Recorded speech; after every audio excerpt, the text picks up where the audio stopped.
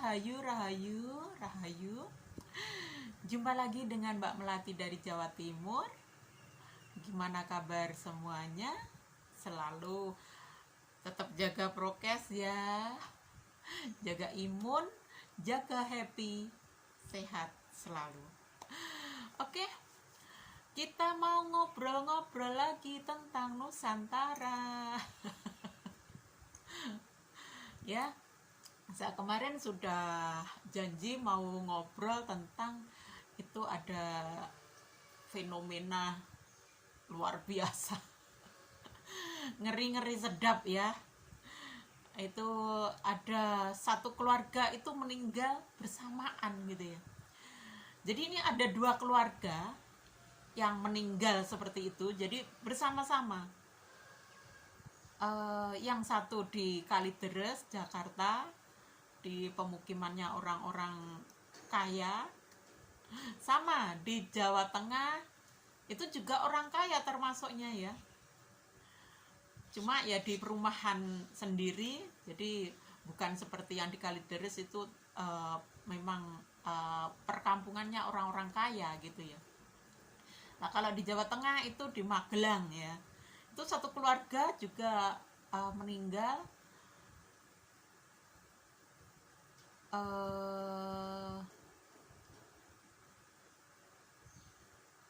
secara bersamaan. Nah bedanya ini kita mulai menuju ke tentang Nusantara lagi nanti pada akhirnya ya. Jadi perbedaan dari dua kematian yang sangat ngeri-ngeri sedap ini ya.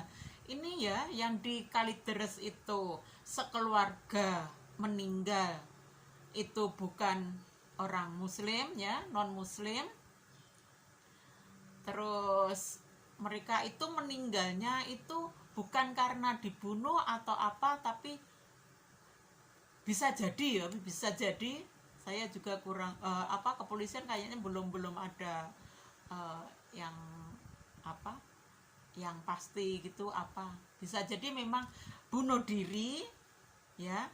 Tapi kalau zaman sekarang memang bunuh diri, tapi kalau saya menilai itu adalah sebuah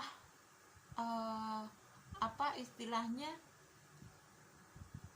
ritual ya. Jadi ritual untuk mati bersama-sama gitu aja, untuk mengakhiri penderitaan hidup gitu aja. Karena ada di ini kita bandingkan lagi yang di Magelang. Kalau yang di Magelang itu, jadi yang di Kalideres Jakarta itu non muslim membunuh diri mereka sendiri secara bersama-sama tanpa merugikan orang lain yang jelas ya.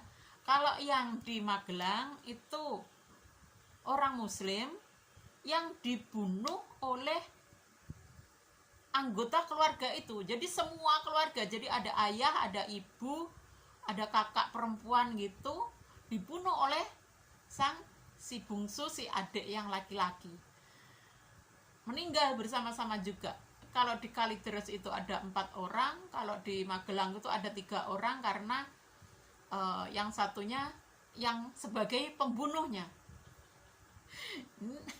Unik ini ya, bener-bener miris, tapi ya gimana lagi, udah pilihan mereka, udah ya bisa dikata takdir ya, takdir, tapi enggak, kita Nusantara enggak bilang tentang takdir ya. Jadi kalau di Kalideres itu memang berusaha untuk ya udah mengakhiri hidup saja tanpa merugikan yang lain.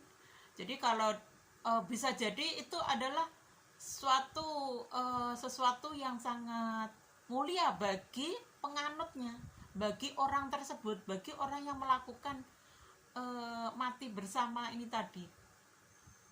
Walaupun matinya itu enggak bersamaan bareng gitu, enggak, pelan-pelan gitu. ya bisa dikata menyiksa diri. Tapi kalau di apa, keyakinan mereka seperti itu adalah sesuatu yang mulia, kita bisa apa juga, ya. Ya, jadi ketika disesuaikan dengan zaman sekarang, bahwa ketika diperiksa, diotopsi, di lambung itu nggak ditemukan apa-apa sama sekali.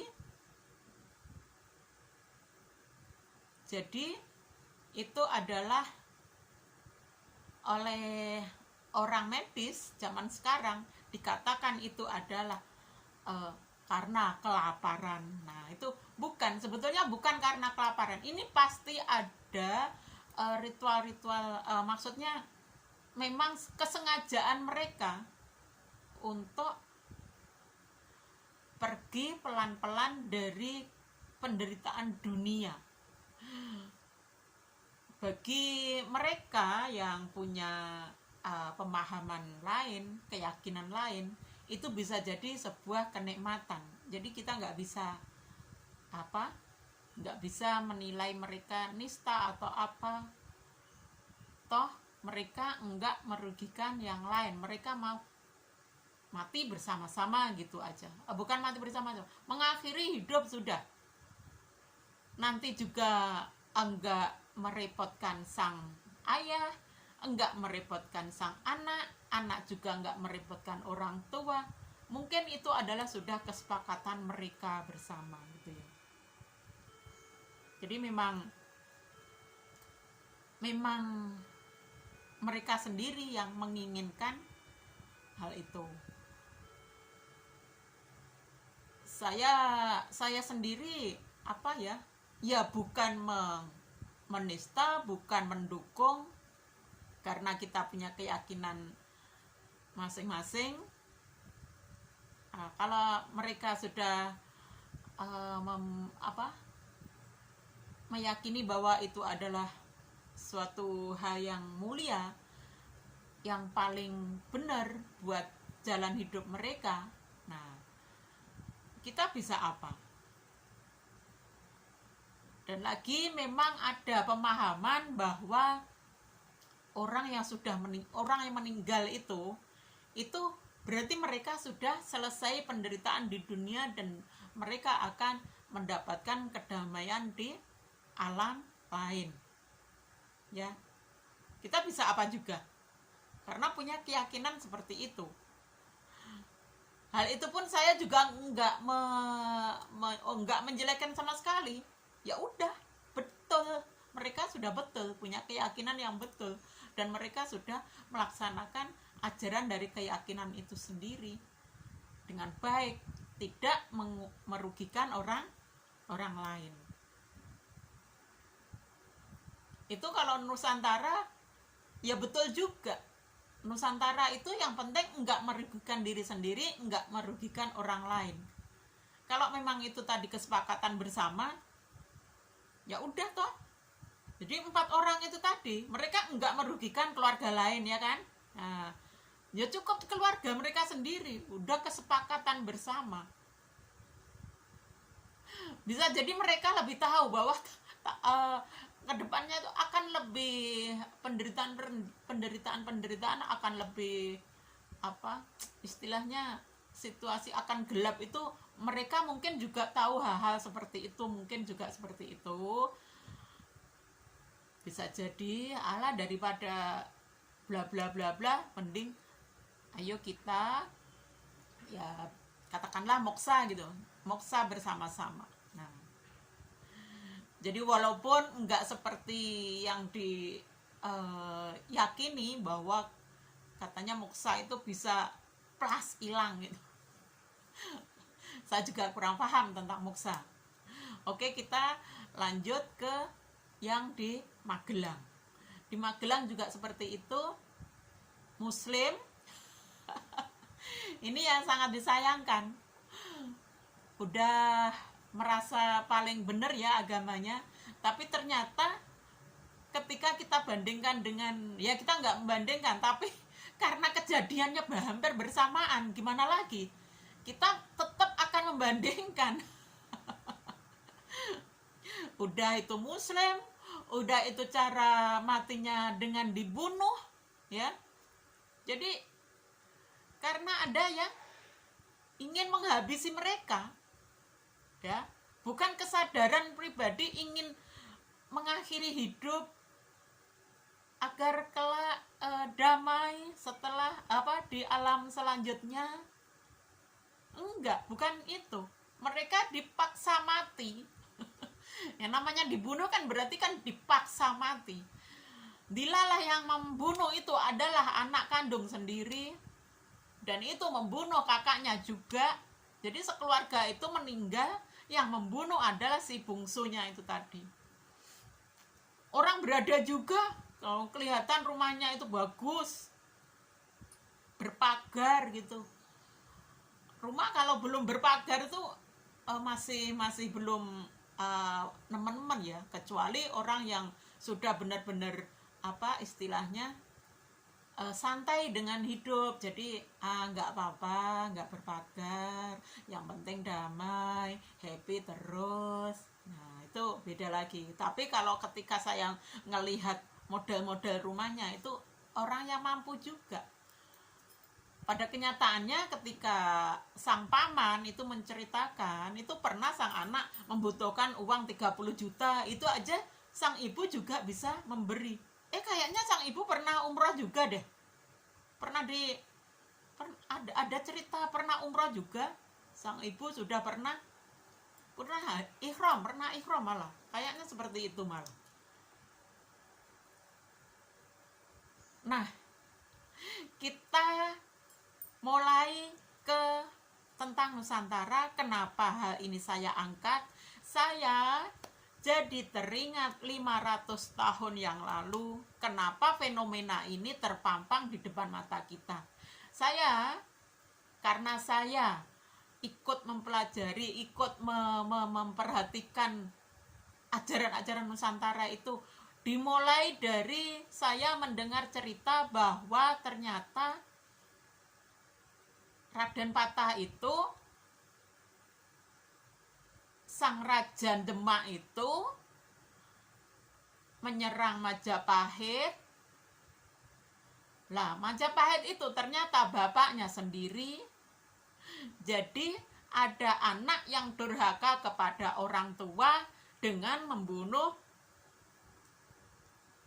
dengan menyerang kerajaan bapaknya. Yang pasti karena mereka itu adalah orang-orang yang ingin menyebarkan agama Islam. Yang jelas itu karena apa? Karena ingin membuat semuanya jadi Islam. Jadi kerajaan yang bukan Islam tadi diserang, walaupun itu oleh anaknya sendiri. Seperti itulah radikal zaman 500 tahun yang lalu, ya. Sementara orang non-muslim, daripada mereka ikut muslim, nah itu ada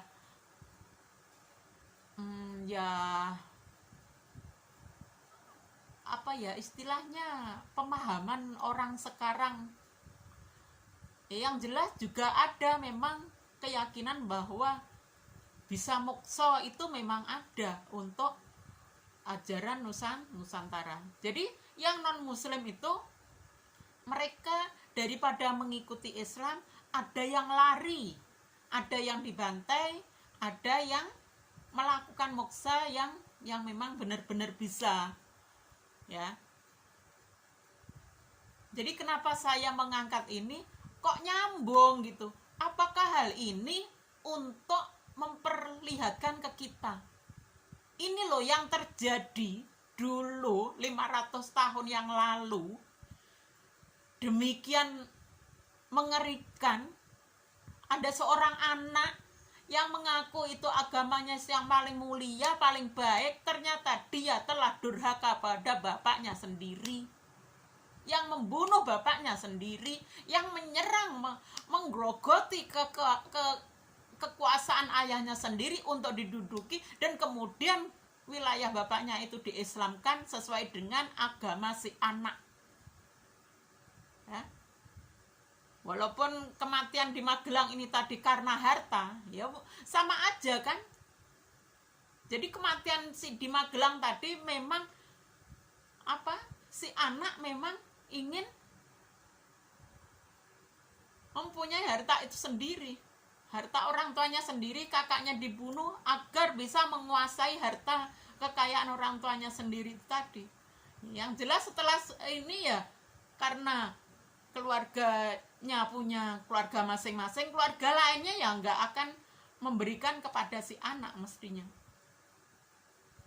Ya tetap entah kita nggak membahas itu. Cuma yang jelas saya ungkapkan unek-unek saya fenomena dua keluarga yang meninggal secara tragis ini di masa sekarang ini adalah bisa jadi memang alam Nusantara ingin menunjukkan bagaimana awal mula agama dari gurun itu bisa menguasai Nusantara. Ternyata adalah ada anak yang tega menyerang kekuasaan bapaknya sendiri, yang telah membunuh bapaknya sendiri, ya. Sementara yang lain yang bukan muslim tadi, daripada mengikuti ajaran yang tidak masuk di akal mereka, yang namanya keyakinan kok dipaksa. Inilah salahnya, ya. Salahnya kita yang tidak ngerti tentang berketuhanan. Kalau yang ada di hatinya, di otaknya itu adalah membuat umat sebanyak-banyaknya saja, mencari pasukan sebanyak-banyaknya saja, akhirnya ya ini yang terjadi. Tega membunuh walaupun ke orang tuanya sendiri. Ini radikal sekarang tuh ada anak yang sudah terkontaminasi, akhirnya mereka berusaha nyerang orang tuanya. Ada juga loh yang sekarang ini orang tuanya tidak mengikuti sang anak yang telah terkontaminasi jenis-jenis radikal, akhirnya dia bisa memerangi bapaknya orang tuanya sendiri. Ada yang menipu hartanya orang tua, jadi minta duit itu dengan cara menipu.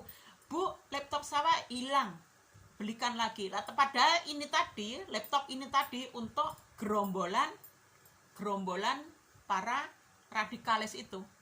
Jadi mereka mencari dana itu sangat-sangat curang, sangat mengerikan, sangat jahat. Karena memang apa? Ajaran yang di otaknya hanya untuk memperbanyak umat. Ya seperti ini akhirnya. Tega menghabisi nyawa makhluk lain. Padahal itu makhluk manusia. Padahal kita orang Nusantara itu, jangankan manusia, kepada demit pun kita harus menghargai. Semua makhluk harus kita hargai. Itu ajaran Nusantara. Makanya yang Sabdo Palon pilih nyingkreh, ya, pilih nyingkreh. Karena jin Persianya sudah didatangkan ke Nusantara. Setelah 4 kali kalah, ya, mereka menyerang Nusantara. Jadi mereka dengan pakai tentara Mongolia itu, ya, Mongolia datang 4 kali kalah. Tahu kan cerita Kublai Khan itu sampai dipotong telinganya, sampai apa.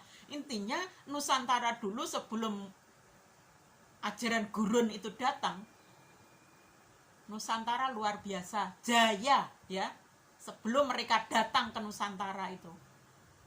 Setelah mereka datang dengan penuh keradikalannya, sebelum datang itu sama Eyang Sabdo Palon, sama Eyang Pamomong Nusantara. Jadi 4 kali tadi Pamomong Nusantara masih mau membantu, ya. 4 kali kalah, menyerang 4 kali kalah. Nah, menyerang 4 kali ini sama umat sekarang dikatakan sebagai apa? Katanya ada utusan dari Arab untuk mengajarkan ajaran, Yang saya pahami selama ini seperti itu, nggak nyambung banget. Karena selama ini, karena ternyata Nusantara itu sudah sangat jaya, Kerajaan Sriwijaya sangat jaya luar biasa, Singosari luar biasa, Majapahit luar biasa, Pajajaran luar biasa. Bisa-bisanya kok dikatakan bahwa Jawa itu adalah Nusantara, itu adalah hutan belantara yang demitrok. Nah, karena dikatakan sebagai demitrok, dan cerita bahwa Mongolia menyerang berkali-kali kalah tadi, ya karena memang Nusantara itu sudah sangat jaya sebelum mereka datang. Jadi ketika 4 kali menyerang kalah tadi, akhirnya mereka membawa jin Persia untuk menghadapi yang katanya adalah di Nusantara itu jinnya sangat sangat hebat. Nah, setelah jin Persia dimasukkan, dibawa oleh orang Mongolia, akhirnya membentuk boneka-boneka, ya udah terjadilah, ada sunan lah, ada wali lah, ada segala macamnya. Udah ya, sampai sini ada nyambung ya. Saya kira nggak perlu saya lanjutkan.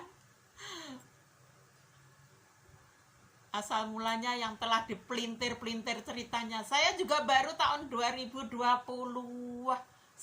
ya, awal 2021 ya kira-kira mendapatkan cerita. Loh, ya kok malah lebih masuk akal. Selama ini yang saya dengarkan, yang saya percaya bahwa itu Syekh Subakir itu gini.